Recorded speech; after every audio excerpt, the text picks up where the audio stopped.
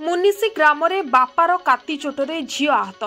गजपति जिला गुमा ब्लॉक अंतर्गत मुनिसी ग्राम बापार काती चोटरे झील आहत होइतिबा सूचना मिली। आहत झीलटी जनक हेले 21 वर्षीया कुमारी संतोष मणि रईत बोली जानिबाकु मिली। सूचना अनुसार 50 वर्षीय बापा जाकब रईतंकर दुईटी स्त्री रहितबा बेले से द्वितीय स्त्री पाखरे रुहंती। हेले रबर गछरु रबर काढिबाकु नै प्रथम स्त्री सह जुक्ति तर्क होइतिला।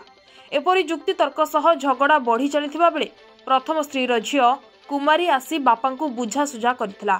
एथिरे बापा उत्क्षिप्त होई झियो उपरकु काती द्वारा आक्रमण करथिले, जहा फଳରେ झियोटीर मुंडरे आघात लागि आहत होई जाइथिबा बेले से सेरंग थाना रे अभियोग करथिले।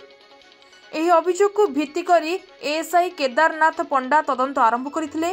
तदंत परे सेरंग थाना रे 83/25 प्रकार रे एक केस रुजु करा जाय अभियुक्त को कोर्ट चालान करा जायथिबा सेरंग थाना अधिकारी प्रमोद कुमार खंडवाली आज 2टा बेले सूचना प्रदान करिसंती।